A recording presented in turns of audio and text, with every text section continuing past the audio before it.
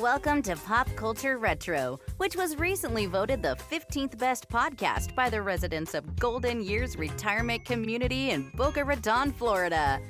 Each show will revisit some of your favorite pop culture memories with insider and outsider perspectives. Now, please help me welcome your hosts, Moosie Drier and Jonathan Rosen. Hello, and welcome to another edition of Pop Culture Retro. I'm Jonathan Rosen, along with Moosie Drier, and today we are thrilled to welcome someone who's appeared in such films as Paper Moon, Back to the Future Part 3, Fletch, as well as the legendary comedy classic Blazing Saddles. Please help us welcome Burton Gilliam. Burton, thanks so much for joining us. And thank you for having me. This is going to be fun. Welcome, sir. And if I get stumped anywhere, I'll just tell a lie, okay? I love it. That's great.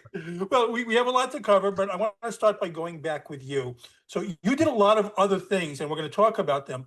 But growing up, did you have any interest in acting at all when you were a kid? Not at all. My only interest was at about 6 or 7 or 8. I was a big fan of Roy Rogers and Gene Autry. That was about it right there. You have been just an outstanding actor for so many years in some of the biggest iconic films. And just love that you're here. Thank you. Well, thank you. I just happened to, I don't know, be in the right spot at the right time for the right pictures, you know. Paper Moon, we're going to get into all that. What a great film, Blazing Saddles. My goodness. So let's go back though. So you were in the Coast Guard and you went into boxing, and from everything I read, you were really good. You won 201 boxing bouts out of 217, and that's pretty outstanding. Well, what made you go into boxing? Was there any time you thought maybe you should go pro? Oh, I thought about going pro a couple of times, but I was, I don't know, my family didn't like me boxing, even though I was good. But, you know, they were smarter than I was. The more punches you take, the better chances you got of winding up walking on your heels, as we call it. My bio says that I had 217 fights in the Coast Guard. I only had 28 fights in the Coast Guard. Oh. I was undefeated and won the All-Service Championship a couple years in a row. But the rest of it was AAU, Golden Gloves, and all of that sort of thing. Yeah. Wow.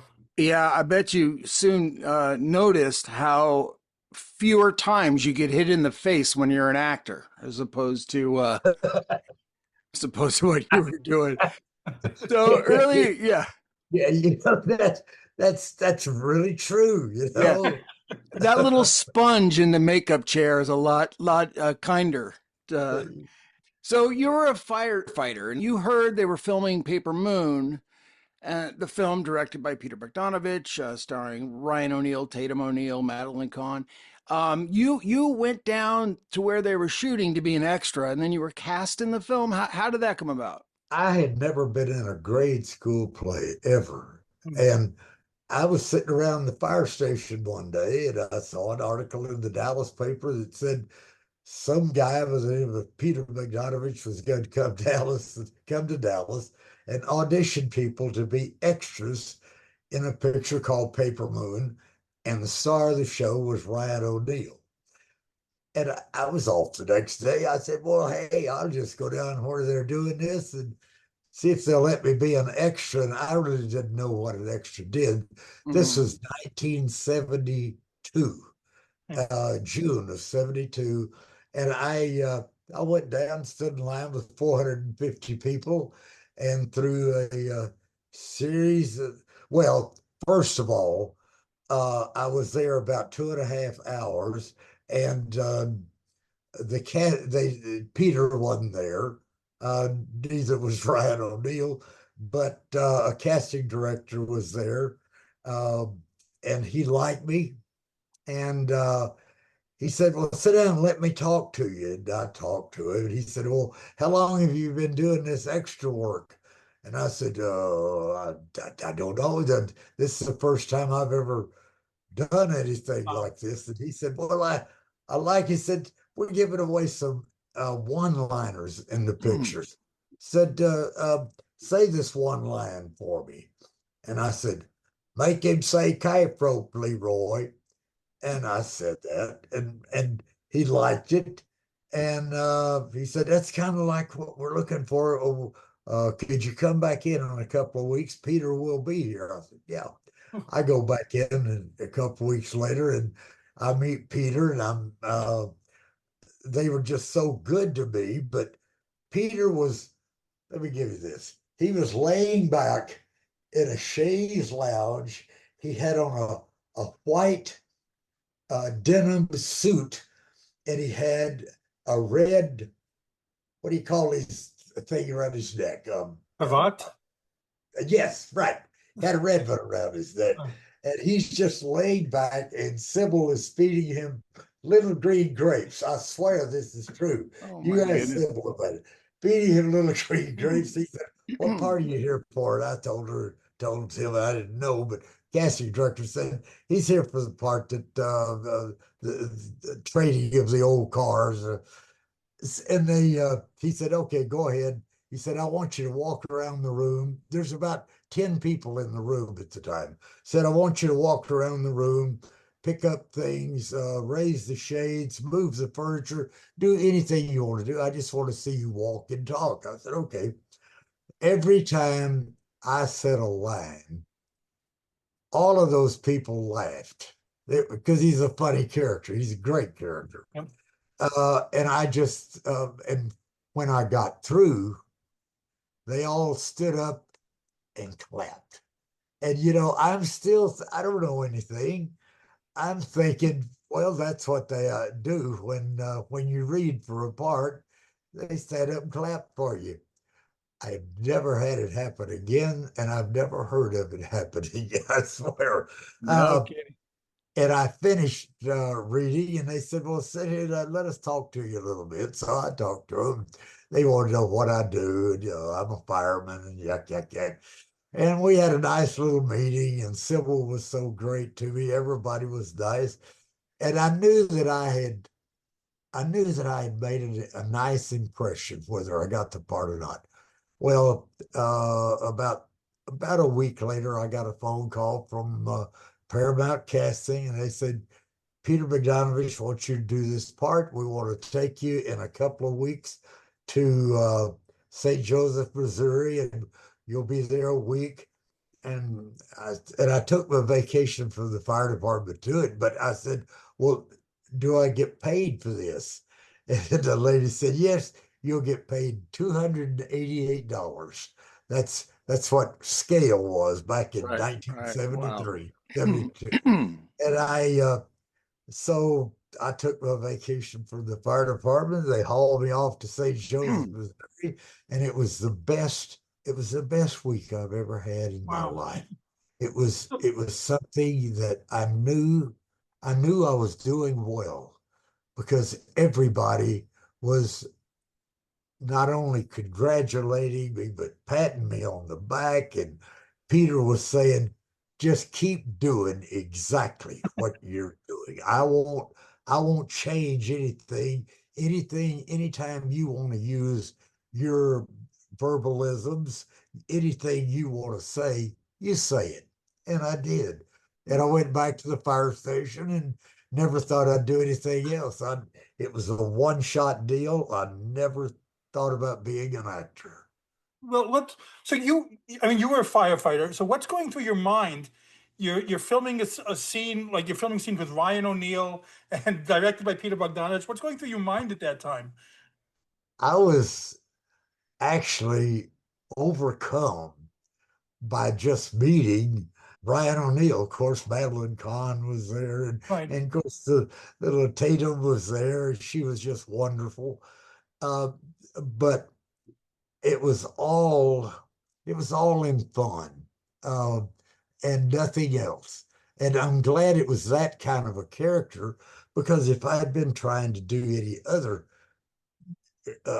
deep character, heavy, I couldn't have done what I was doing. I wouldn't have, because all the fun was coming out of me. And if, you know, I found out that everybody blows a line. That's part of the deal, you Right. know. And and maybe it's not the actor, maybe it's the sound man or the cameraman or the wardrobe or whatever, but everybody makes their little mistakes. That's why you don't do shoot it one time and that's it. But I just loved the whole, after the first day, I loved the whole bit of making a movie. And I was just seeing a little bitty part of it, but I loved what I was doing and what everybody else around me was doing. And what was Bogdanovich like as a director? The greatest director I've ever had. Really? Ever, ever. He he told everybody what to do. He didn't just tell me. He would say, "Well, why don't you put your hand up like this, and why don't you do something like that?" But those are just little moves that really mean so much. And he told everybody to do that. Ryan, Madeline, Tatum, P.J. Johnson, all of us. He knew everything about movie making, acting. He was a genius, and I could tell that right off the bat. Well, he would sounds like he told everybody what to do. However, he also he was smart enough to tell you, don't change a thing, your own manners, your mannerisms, whatever, however the wording is that you want to use, do it. Yes, Because you know, a good director, just my theory is that the what he or she will do is get talent and get good material, put them together, and get out of the way unless you have to get in and get there. out of the way. Yes, Sir, here's you. This is not this is your character in Paper Moon. But the way I have it set, I'm blocking your handsome face. Boy, you look like Clark yeah. Gable. Who is that guy back there? That's your Clark Gable look right there. Um, Oh, Everybody was memorable in Paper Moon. Uh, Tatum O'Neal really obviously stood out. Her character as Addie. Oh my goodness! Like, and the chemistry between her and her real life father, Madeline Kahn. That movie, it was on. I have a 19-year-old son, and when he was, I don't know, much younger, it was on my you must see this movie list for my son. You know, because uh, nowadays, what little kids watching Peter Bogdanovich films in black and white, you know, and uh, I'm seriously, you were part of such a great film and did such an amazing job in it. the camaraderie between Tatum and Ryan. Hmm. I have since figured out that there was a lot of great acting going on there Mm-hmm. because they did not have and never had, and Tatum will back me up on they never had a relationship. Never. Yep. They when we were uh, down for 35, 40 minutes, they didn't correspond with each other. At night, they didn't. Uh, she was pretty much on her own, uh, but together on film, I don't know that I've ever seen a relationship that was so good Mm-hmm. because of the writing and because of their acting. It was unbelievable. Tatum O'Neal wins an Oscar. I was, I remember watching that and thinking, golly, I helped her get that on Oscar. I Yeah, really did help her. You know, I mean, you're part she of had it. to have someone relate with her, you know, and everybody else that talked to her that had something to do with her, and they were part of that Oscar too. And, you know, it's funny that she got Best Actress for a supporting role. Right. Mm-hmm. It was not for the main role, and that makes that. How did that happen? She was the main character in the movie. She That's all sure there was. was to it. And speaking of amazing, I mean, Madeline Kahn's in it as well. What was Madeline like? Madeline was the most wonderful person. She's the one that told me I was going to be an actor. I finished, she had already been on the movie about 3 weeks. I'd been on it for a week. She finished on a Friday night. I finished on a Saturday night. So we were right across the hall from each other at the hotel we were staying at. When she finished that evening, she had to get back to New York on a flight. So she came by my room about 8 o'clock. This is in November, and knocked on my door. And I opened the door. There she is. And she said, "I just wanted to tell you how wonderful it was to work with you and how much fun it was. And thank you for helping me with this and that." She was just wonderful. And we hugged, and she turned around to walk away, and she walked about 3 steps, and she stopped. And she turned around and she said, "You know what? I know, I know we're going to work together again one of these That's days. I great. just know it." And I said, "Well, I don't think so. I'm going back to the fire department." Everybody knew I was a fireman. She said, "I don't care." She says, "I know we will work again together." And we Amazing. hugged again. She walks off, and that's it. And then, you know, you know what happened after that. No, Yeah. so No, yeah, that's what I want to ask about. So you seem to have lived a charmed life, because I was reading that Mel Brooks contacted you based on Paper Moon. Is that true? oh yeah, yeah. I, uh, like I say, I went back to the fire department. Never thought about doing anything else. And let's see, that was about the 1st of December, and in February, I got a phone call at the fire station. At the fire station, you say, "Gilliam speaking, fire department number 39. What can I do for you, please?" Or something like. He said, "My name is Mel Brooks. I'm a writer, director, producer, actor, and I'm getting ready to do a big picture, and I want you to be one of my stars." I mean, that was the word he used, stars. And I said, "Thank you, Mr. Brooks." Boom. I just hung up the phone because I knew that it was another fireman giving me a bad time because I'd be getting them every day. "Hey, Right. fireman, actor, how are you going to quit the fire department and go to Hollywood now?" All Yeah, kinds yeah, of yeah. stuff. And I had no idea of doing that. But that's when I hung up on him. I knew it was another fireman. That's About funny. 5 minutes later, I'm outside the fire station doing something, and my captain opens the door and says, "Hey, there's a call for you in my office. There's some guy named Mel Brooks. He says he's got something to do with movies. He wants to talk to you." And I said, "Mel Brooks? That's what that guy said his name was a while ago." So I go in, I pick up the phone, and I say, "Hello, Burton Gilliam." He said, "Don't hang up. My Brooks. name is Mel Brooks." He explained that, he had a picture coming up, and he said he wanted me to be in it. And I said, "I can't do that. I don't have any more vacation time coming." And he said, "Quit the fire department. You can be an actor. I know you can. You quit the fire department."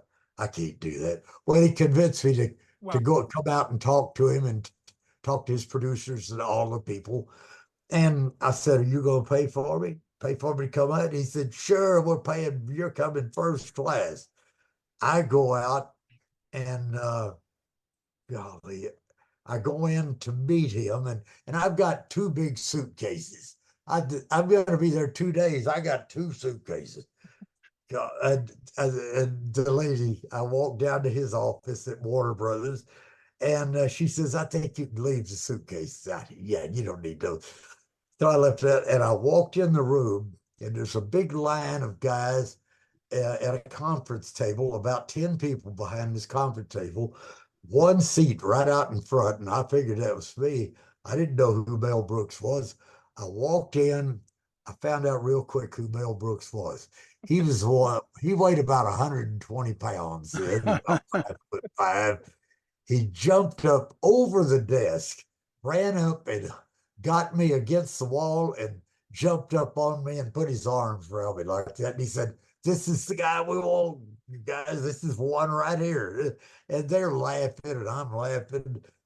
We finally go back, sit down. He goes around there with the other guys, and I only recognize one guy sitting there right next to him.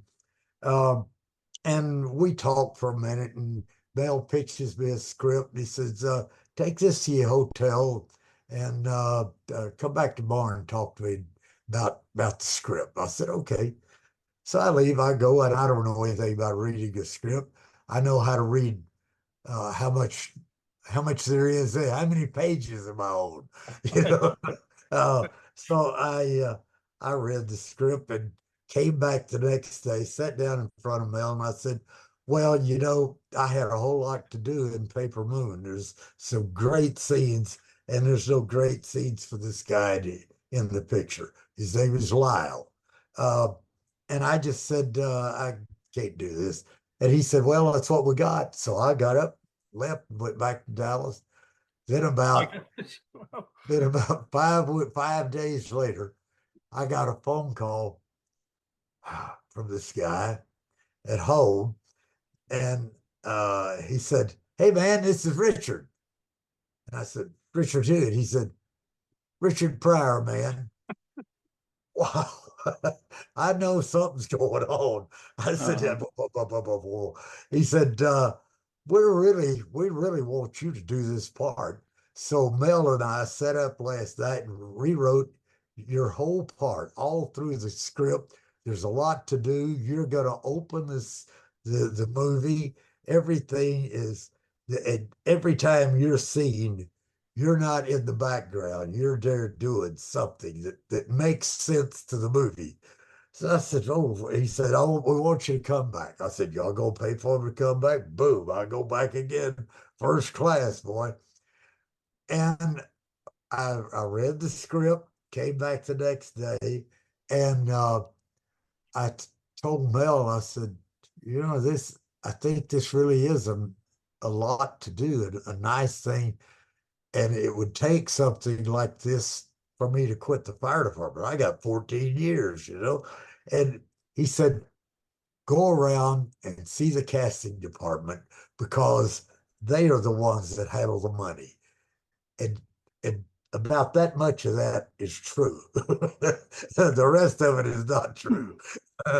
uh, so I went around, I talked to, you may know this name, Nessa Hyams. She became the president of Universal a few years later. Anyway, I talked to this lady, and she kept saying there's really no money in this part.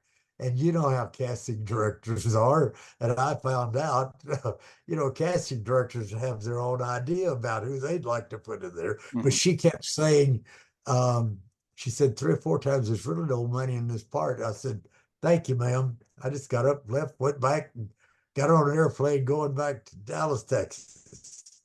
The next day, I got a phone call from Mel about 10 o'clock in the morning.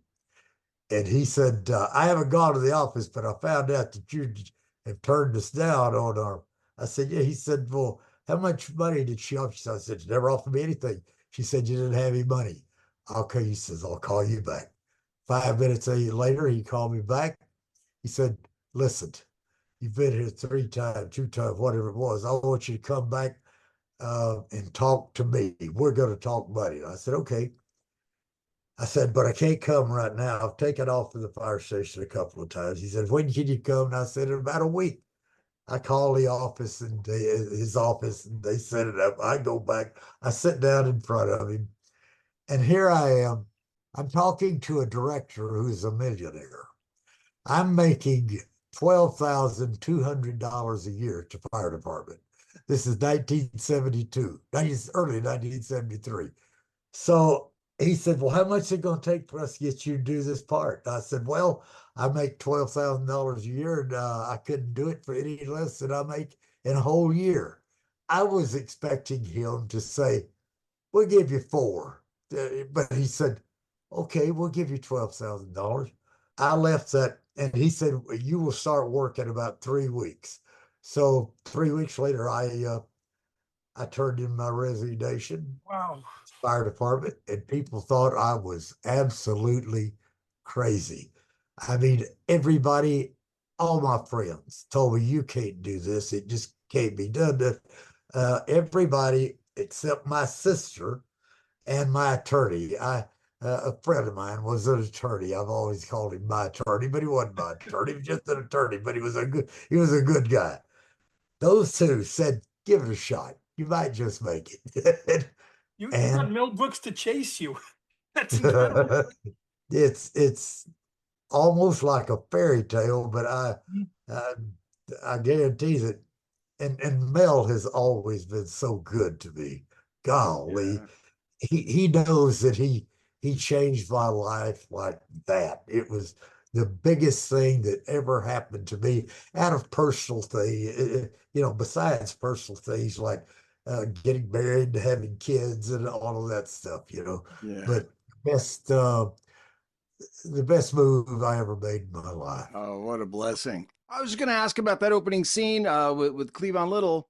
Um, I read that you were uncomfortable with some of the dialogue you had, and but he put you at ease, Oh yeah. Mr. Little I did. was, How, I'm from Dallas, Texas. mhm. I've heard I was the time I was 6 or 7 years old, I knew what everybody was called.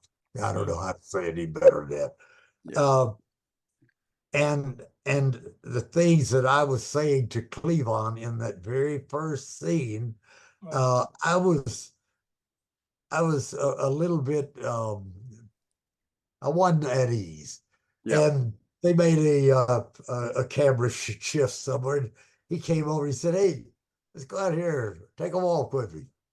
I walked out there with him about 100 yards away, and he said, "You're having some problems calling me the names Right. that that were that were what people called my group of people back in 1860 or wherever it was." And I said, "Yeah." He said, "We're making a movie. And to make the movie right, you have to say it what what people said back then." He says, "I know you don't mean this. I know you're um, not comfortable doing it, but get rid of that, be comfortable with it, and say it like it's coming from your heart." He said that, say it like it's coming from your heart. And we went back. Oh, but then we started back, and he stopped and he said, "But after he says cut, if you call me that, we're going to have problems." Yeah. Well, what a great man to put you at ease about that and to Oh, to understand this is horrible. You have a good heart apparently, and he knew that you weren't, behind yeah, those words in real life. And I love that. yeah. I love that story. Oh, I Yeah. I love it too. I One, Yeah. one of the most that famous scenes in the film is the campfire scene with the beans. What are your memories of that scene? Well, we were out on the desert, uh, and Mel came to me that morning, knocked on my at my door, and he said, uh, "You know, you're going to make history today." I said, "How's that?" He said, "It's never been done before. Nobody has ever passed gas on film." And he said, "But you are going to be the very first one." He said, "Not among the first, you're the first." I said, "Oh, okay." and and you know what? I'm real upset. I know I'm not upset, but I've mentioned to him a couple of times, 4 or 5 times over the years, that I might ought to be in the Guinness Book of Records. Uh, there are people who have done stranger things than this that are in the Book of Records. He hasn't figured it out yet, How but about working with Gene Wilder? he was wonderful. And most people who are known for doing comedic films are funny people. A lot of them, most of them are comedians in themselves. Gene was not a comedian. When he was not funny until any director said action. When they say action, woof, something came over Gene that was just unbelievable. He just changed into that character, bang, just like that. In rehearsals, he just said the lines, and he said them as fast as he could because he wanted to know the lines. You know, if you say your lines really fast, it it helps you in learning the lines themselves. And he was a master at it. I'll never forget working with him because one day about the fourth or fifth day, he came to me and said, "Burton, keep doing exactly what you're doing. Don't change at all." Because I had changed the character just a little. Mel wanted my character to be mean all the time. I mean, with a scowl on his face. You can't have a scowl on your face if you're doing this. And and I just felt like I didn't want to be the only person in that picture, in that movie, that was a mean guy. I didn't think there was any place for that kind of meanness. And I just started smiling and laughing along with all the other guys. And but Gene said he will never tell you you're doing this thing perfectly, but I'm going to tell you what he told me. He said, "Mel loves what you're doing. He just won't tell you." I said, "Okay." And you know what? Over 50 years ago, he has not told me today that I did a good job in that picture. And I know I did. You know? Yes, you did. Well, he didn't want you to change. That's why. He didn't want me Yeah. to change. Yeah. No. What about working with Slim Pickens? What was he like? I was so lucky Yeah. that Slim was in the picture. Golly. Oh, I came out. You know, I told you I was out 3 times before we made a deal. The next week, Mel called and said, "We're having our star cast come in for just to read the script, have some lunch. You go back to Dallas." I said, "Okay." And that's where I met Slim. I wasn't smart enough to say, what other person is in this cast? So when I opened the door and went in, there's Madeline sitting there, and she jumped up right over and hugged me and said, "Oh, we're working again. I told you." There's Slim down there, and there's Harvey, and I didn't know who Gene Wilder was, but it was. Um, I'm glad that I got the opportunity to come in that week before we started work, because I found out who the cast was. I found out that I could communicate with them and talk with them, and I could talk with them on an equal level. I didn't have to say, "Mr. Wilder, do I?" You know, he was. We were all part of making that picture, and we all had the greatest of time doing it.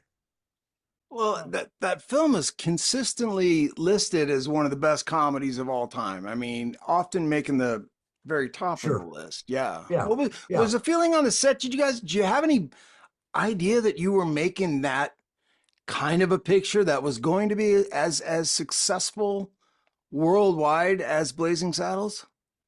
Well, none of us knew, you know, Yeah. and everybody else, you know, Alex Karras and I lived together while we did the show. Oh, it was great. We had a great time. But everybody else, well, Madeline was out in New York, but most of the cast and the people were from, you know, the Los Angeles area. At night, when they said wrap and we all go home, we'd leave, we'd go back to our hotel. He Everybody else would go to their home, and they'd have dinner at home with their wife or Hmm. their friend or whatever.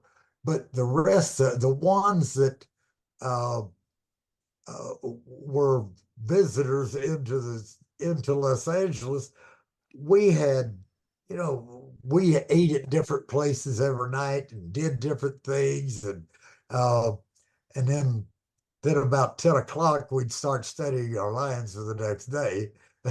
But it was I learned how the big difference between working uh, at home and working on location. It's two different things, and if you don't allot the right time for setting your lines and getting in bed at the right time, you're pretty much putting yourself behind the eight ball. Yeah, Yeah. everything is different in the two places. You asked me about Slim Pickens, Yes, and sir. I Yes, sir. rushed past it. I need to say Slim became my very best friend Oh, from the first day. The first day, uh, when we broke for lunch, he said, "Hey, come on with me. I got the best hamburger place in town." And it was down on Olive.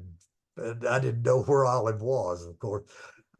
But he took me to this hamburger place, and every day we would have lunch. We got Alex to come with us most of the time, but Slim became such. He thought that I was much like him. There's nobody like Slim, but Yeah. Yeah. but Slim was one of a kind. But I learned so much from him. But Slim never said the same thing twice. You know, when you're when you do a scene and you start out with doing rehearsals and you do it 7 or 8 times, uh, you are pretty obligated to say the same things so that the other people involved know how to come in. Slim never said the same thing, but Mel just let that ride through and it worked just Yeah. fine. On that film, I can't imagine that there weren't takes that were ruined because it was hard not to laugh in the middle. Like, how did you Well, guys have trouble holding this together at you times? hit Because it. look at the talent on this film. Yes, you hit the nail right on the head. After a couple of days, um, Mel came in early in the morning and he said, "Okay, people, there will be no more laughing.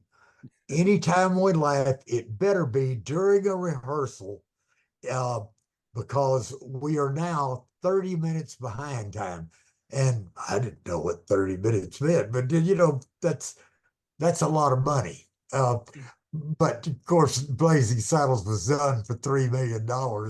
That's no money today. But anyway, uh, he said there will be no laughing after the rehearsals, none.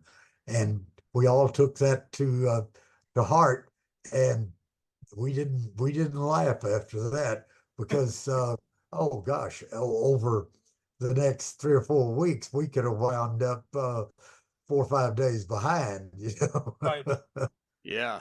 Well, Yeah. Yeah. you've been in so many great things. So we want to go down a few of your other roles, just take a little touch upon them at least. So you were in Thunderbolt and Lightfoot, which was with Clint Eastwood, Jeff Bridges, and George Kennedy. What do you remember as Yeah. making that film with Clint? Oh, I remember I'm working I'm working with Clint Eastwood, and you know what?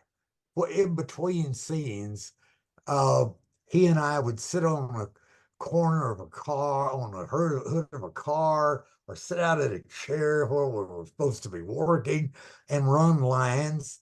And people would come up to me and say, "Hey, whoa, would you sign an autograph for me?" And I'd say, "Okay."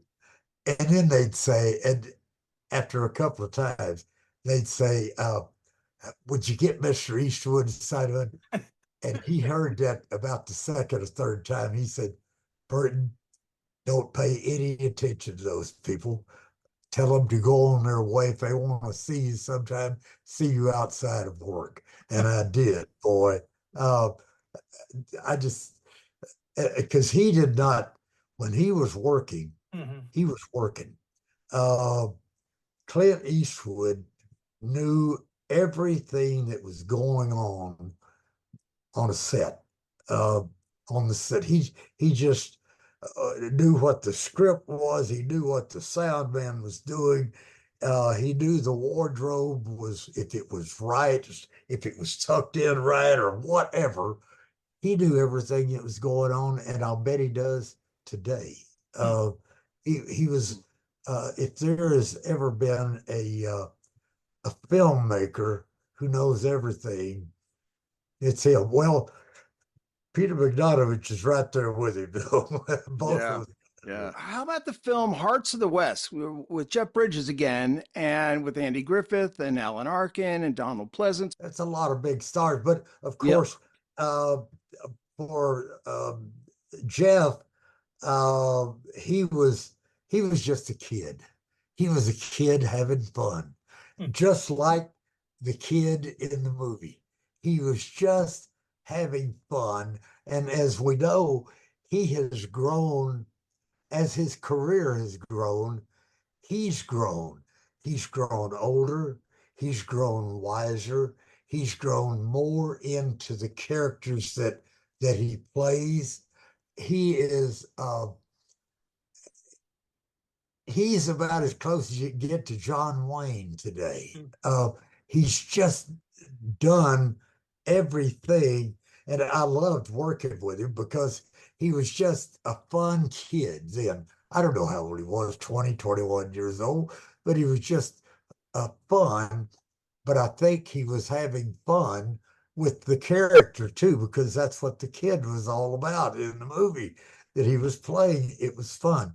Then you got all the other people that were in the movie that had been there forever, you know. And that was about my third. It was my third picture, and boy, to work with all of those people that have been around so long and done so much. I didn't have to ask questions on that picture. I guess people knew that I was not brand new at that time. I'd done a couple of pictures and 5 or 6 commercials and 3 or 4 television shows. I guess they thought I was just experienced. I was still learning where the Hollywood freeway was. Right. But if a fire broke out on the set, you would know what to do. Right, exactly. Yeah. Oh, look at the list of people you've worked with. I mean, you just with Clint Eastwood, you worked on Gator with Burt Reynolds. At that time, was probably one of the biggest stars in the world. So, what were your experiences with Burt Reynolds and Gator? Burt was I had about 3 or 4 months before that. Do y'all remember Robbie Benson? Of course. Oh yeah, yeah. Robbie Benson, of course, was one of my all-time great friends. I had an apartment. We had worked together on something, and when he finished high school at 17, he came out to stay with me for about 3 or 4 months, and he got it right off the bat. He did a picture with Burt, Liza Minnelli, down in Guaymas, Mexico. And I went down to Guaymas to visit with Robbie for a week. Then I came back and I met Burt Reynolds, of course, since we hung out together. About 3 months after we got back, well, I got a phone call at home, and this guy says, this is Burt. And I'm thinking that it was Burt Metcalf, because I had just met with Burt Metcalf on something. And he said, we're getting ready to do this picture down in Savannah, and I want you to be a part of it. and just things weren't adding up. I said, am I talking to Burt Metcalf? He said, no, you're talking to Burt Reynolds. Probably the most famous person Right. in the business, the whole business at Mhm. that time. Yeah. And so he just said, would you like to go down here with us? I said, yeah. He says, how much money you want? I told him how much. He said, that's fine. He said, he said, I'll have everything all fixed up for you. And that was it. And was, I think, uh, Burt was the most well-liked person in the business, in people that he worked with. The cast and crew always loved Burt. If you got on Burt's wrong side, you stayed on his wrong Wow. side. Yeah. But he was just the most wonderful guy. And uh, just before he passed away, about a week before he passed away, I'll tell you, this is just a little side story. Uh, I got a phone call from him, Wow. and he says, "I'm taping this right now." He was sitting in a big old overstuffed chair, had on a suit that looked like it was 4 times too big for him, had this cane leaning across his legs, and he said, "I just wanted to call you and tell you how much I love you." Oh, how sweet. And I said, "Oh my gosh." And he says, "I know I'm pretty sick, but I'm looking forward to seeing you again. And I just want you to know how much I love you." And it was a conversation that lasted 45 seconds. He had it taped. He sent me the tape, and I will always remember that. Burt Reynolds was such a wonderful man who was at times his own worst enemy. So, all right. So you also to go back to the Old West in Back to the Future Part Three, one of the greatest trilogies. So, what are your memories of that film and working with Robert Zemeckis and Michael J. Fox? Oh man, I could talk days about that. Uh, I didn't even know they were getting ready to do Back to the Future 3. Uh, Michael at that time was going with uh, McKeon on Mhm. Nancy McKeon. Nancy from Facts of Nancy Life. McKeon. She became a producer, did a lot of things, Mhm. but he was going with her, and they were at his house one day and talking about 3, and she said, "Well, I know a guy, but it'd be perfect for that part." And he said, she said, "Burton Gilliam." He said, "I know Burton Gilliam. We've been playing softball against each other for years. You're right. Yeah, let's call him." And they were at his house and picked up the phone, called me, and asked me if I'd like to be in 3. And I said, "Well, sure. And um, they said, "Well, we'll take care of her." And when the star of a picture says, "We want you in the picture," it's a done deal, you Sure. know. So the next day, I got a phone call from Bob Zemeckis, and right after that, from my agent, and we made a deal just like that. And I was on the picture 3 weeks because it was one of those um, weather things. I was the backup guy in case the weather turned really bad, and the weather was supposed to turn real bad. So I just kind of hung out in Sonora, California for 3 weeks until we worked 2 nights, and that was it. And we nearly froze to death. It looked like we were having a good time out there, and I guess we were, but it was cold, really cold. You were hysterical in Honeymoon in Vegas with the Flying Elvises, Nicolas Cage, James Caan. Yeah, I actually worked one night, Wow. worked all night long, and people asked me, "Well, did you jump out of that airplane? I said, well, I sure did. I jumped 5 feet into an airbag about 10 times. I have to ask you about one more role, because you were in a movie with someone who's become a friend. You were in The Love Bug, the Disney movie. We had Yeah. Bruce Campbell in it with Mickey Dolenz, directed by Yeah. Peyton Reed, who went on to direct for Marvel. Kevin J. O'Connor was in the movie, and he mentioned so he said that he worked with you. He told me to ask about that Yes. movie. So how was your experiences in that film? My agent called me a couple of days before and said they want me to do this little thing. And I said, okay. And it was, for me, it was kind of like a little throwaway part, but it had so many people who were fine character actors in the scene. But I knew that I was going to have such a good time working with all those people. And you know, character actors, I think, for me, I learn more from character actors than I learn from the main, the stars of the picture. They have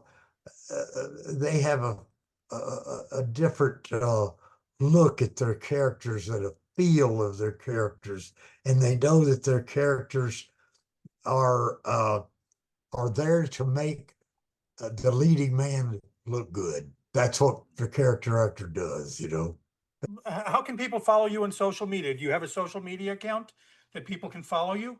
I do keep up on Facebook. That's about it. Okay. Well, I want to thank you again for taking the time to come on. It was really, sincerely, such a great pleasure to get to speak with you and hear your Well, thank you. stories. I've been watching you for years and enjoying your career. You're an insane talent, sir, and you have a big heart, and everybody loves you. And You know what? You just said it. You just said it. I want people to love me, and I want them to love me for the right reasons, And I'll tell you, my mom and dad would be so proud of this guy because I made it. Not much was expected. We're going to go into that, the two of us, one of these days, pretty soon. Not much was expected of me, and they were both gone. They had both died before just before I became an actor, and I can tell you, they would be proud of their number two son. They would. I know that. Yes. Beautiful, Okay. beautiful Yes. career. And Yes. wow, what a life. Thank you. Well, Thank you. I'm so glad to talk to you guys. Us And I too. promise you, we're going to be talking soon, okay? Yes. Yeah. Well, let me sign this Yeah. off. I'm going to sign this off right now. Again, this has been Pop Culture Retro. I'm Jonathan Rosen with Moosie Drier. And again, a very special thanks to Burton Gilliam. And please like, comment, and subscribe. Thank you for tuning in to Pop Culture Retro, where no one was hurt during the making of this podcast. Listening to this podcast just makes you really cool.